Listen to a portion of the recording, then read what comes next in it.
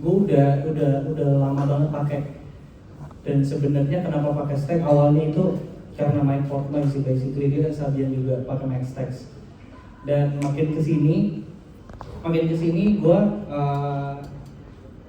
gue lebih suka untuk ngerakit sendiri, dan dimana lo jadi explore simbol-simbol lain gitu kan, ini cocok sama ini enggak, ternyata ini sama ini cocok. Dan basically kalau stack itu kan cuma efek aja, ketika gue bisa pakai kalau emang musiknya tiba-tiba ada hit misal atau apa yang gue butuh kasih aksen lebih gitu, tapi nggak panjang atau short tapi kelihatan beda, kedengeran beda gitu ya, gue bisa pakai stack. Dan yang lain-lain kalau kayak scratch gitu, gue pakai set ini tuh, set kayak ini kurang lebih yang kayak gini nih, line up ini nih gue udah kayak udah 2 tahun ya, jalan 2 tahun begini. Kenapa ada 2 crash di kiri? Sebenarnya karena gue suka aja ketika gue lagi lumayan seru gitu, dan ketika gue nggak bisa ada momen yang gue nggak bisa pukul begini, gue di 2 aja di kiri gitu. Atau sebenarnya lebih ke situ sih. Dan gue bedain size-nya, misal yang paling kiri tuh biasanya yang paling kecil, dan belakangan gue nggak pakai ride. Mungkin ini juga jadi pertanyaan kenapa nggak pakai ride. Sebenarnya awalnya itu karena bias gue ngefans sama Styx aja. Cuma ternyata setelah berjalan lumayan lama tetap gak bisa juga, karena gue ketemu banyak musik gitu. Jadi ada yang tiba-tiba pop banget, lo butuh ride. Jadi gue pakai ride. Kayak sekarang ini ada ride 22 nih 100, cakep juga ini. Dan kenapa ada China itu mungkin emang gue basicnya berangkat dari musik rock, walaupun China juga bisa dipakai musik manapun juga mungkin ya. Cuma emang gue dari dulu tuh sering pakai China, jadi dikit gue selalu ada China, walaupun ada beberapa gig yang mungkin gue nggak pasang, entah gak muat atau gimana kali ya.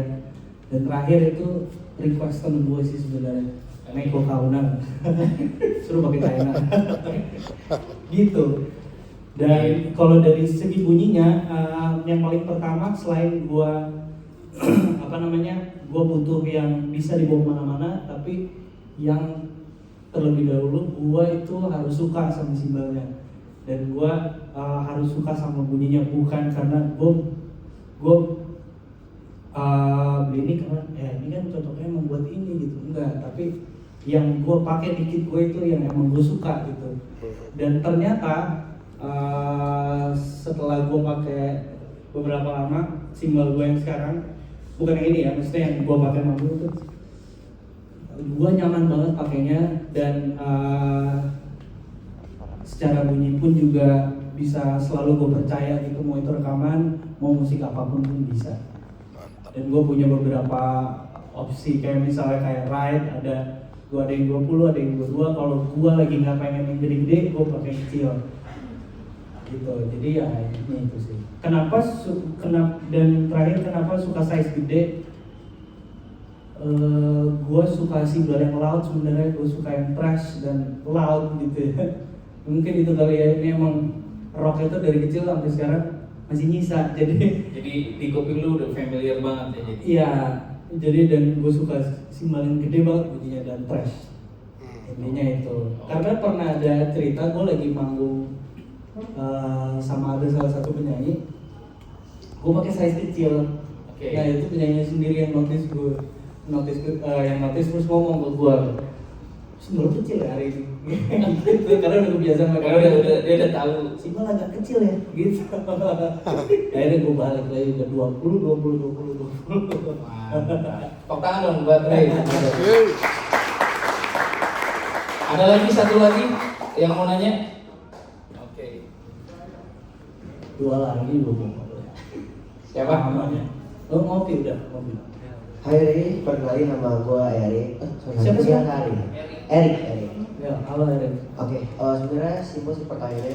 Aku pengen nanya gimana caranya seorang impersonator itu bisa menciptakan suara drum yang mantep, kayak dari tom-tom ataupun dari snare. Kalau simbal kita nggak usah ngomong lah ya, soalnya kan itu udah dari. Coba aku simbal. Oke, tapi balik lagi soalnya menurutku tone dari drum itu kan harus dari tangan ya. Kalau misalnya menurut Kak Ari sendiri gimana? Untuk apa nih? How do you make your drum sounds good? Oh, oke. Ini ngomongin tone ya berarti ya. Yes. Oke, thank you. Jadi sebenarnya untuk tone sendiri itu kan gas bentar karena yang kita dengerin juga banyak, dan gue tuh salah satu yang ya mungkin semua drummer juga begitu ya, maksudnya dengerin banyak drummer gitu, mau tiba-tiba lagi suka metal tiba-tiba ke sana. Terus gue ingat soalnya gue dulu ngefans sama siapa, gue coba kulik deh tuningan dia kayak gimana. Terus gue suka sama Calvin Rogers, gue curi lagi sampai mirip gitu menurut gue ya. Dan terus suka drummer mana, dan akhirnya berubah-berubah terus kan. Dan sampai akhirnya lo akan ketemu sendiri momennya tuh, tiba-tiba lo akan balik ke yang lo suka sesuai kuping lo sendiri, dan menurut lo itu enak dan lo percaya kayaknya ini suara gua gitu.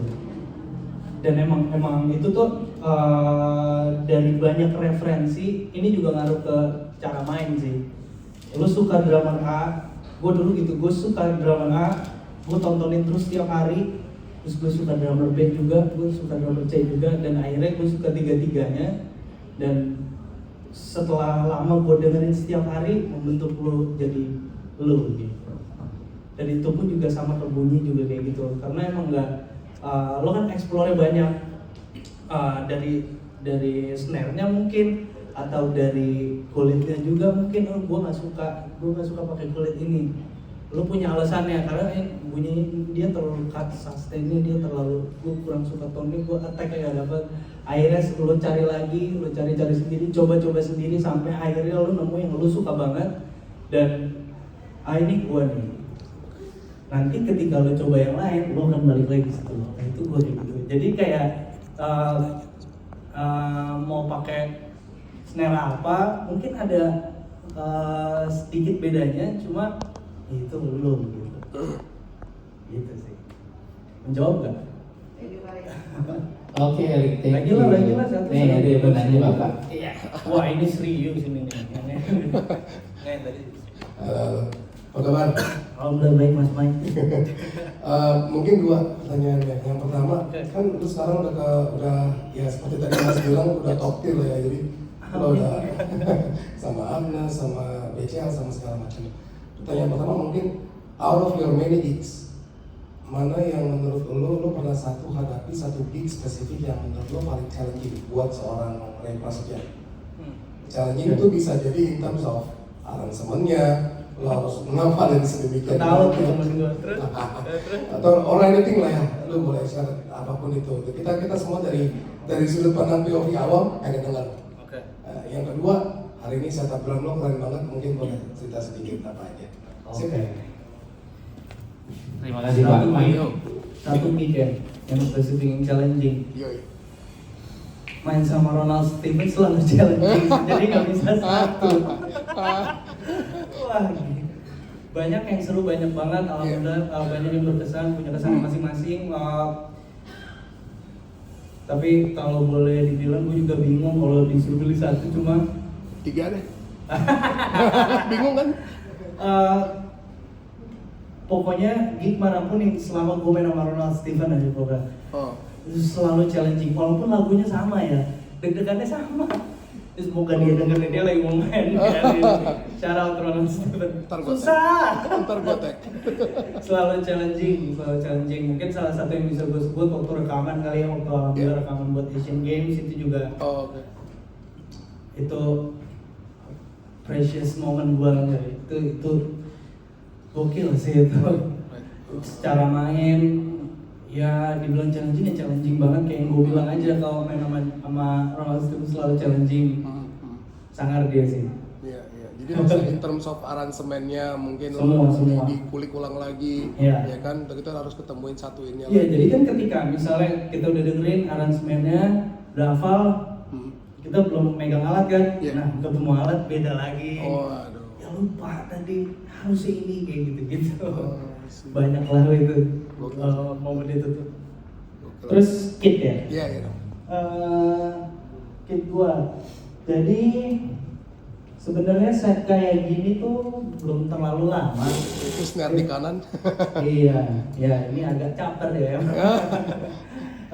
Set kayak gini gua ada tom 8, ada tom 10, ada floor 16 dan terakhir ada floor 18 dan snare di kanan. Jadi sebenarnya yang paling pertama nih ada snare di kanan itu jadi dua fungsi sebenarnya. Lo bisa jadiin itu snare rendah gitu. Atau jadi tom 3 karena gue udah nggak pakai tom 12 lagi kalau bisa dilihat. Dan kenapa tom 8 nya di depan mata? Karena gue dulu kan gue tuh tom 8 nya paling kiri kalau ada yang pernah lihat, jadi 8, 10, 12. Jadi gue kurang suka badan gue ketika gue terlalu begini gitu. Oke. Karena posisi hi hat gue tuh deket banget sama gue. Jadi si tom 8 itu jadi agak ketutup gitu. Oke. Jadi begini, gue Iya. taruh depan mata gue. Asik. Jadi gitu. Asik. Jadi 8, 10, karena yang paling sering gue pukul itu emang 8, 10 kan. Karena 12 tuh gak gitu sering. Dan kenapa floornya sekarang beda? Karena jujur selain karena gue lagi explore sama bunyinya aja, gue yang floor 18 itu pakai head bass drum sebenarnya. Oh, pantes. Iya, jadi bunyinya beda. Jadi ketika gua lagi butuh yang Panci itu tuh banget. lebih berasa lagi. Tap. Dan agak lagi lumayan bosan pakai floor 14 karena 14 nya juga udah ada di situ gitu. Iya, Si snare iya. itu 14. Nice. Udah snare dan biasanya gua ada elektrik juga. Oh, oke. Ketika gua lagi butuh sound yang 80s atau gue butuh snap atau apa, dan itu diproduksi dari elektrik gue, cuma gue nggak bawa. Siap.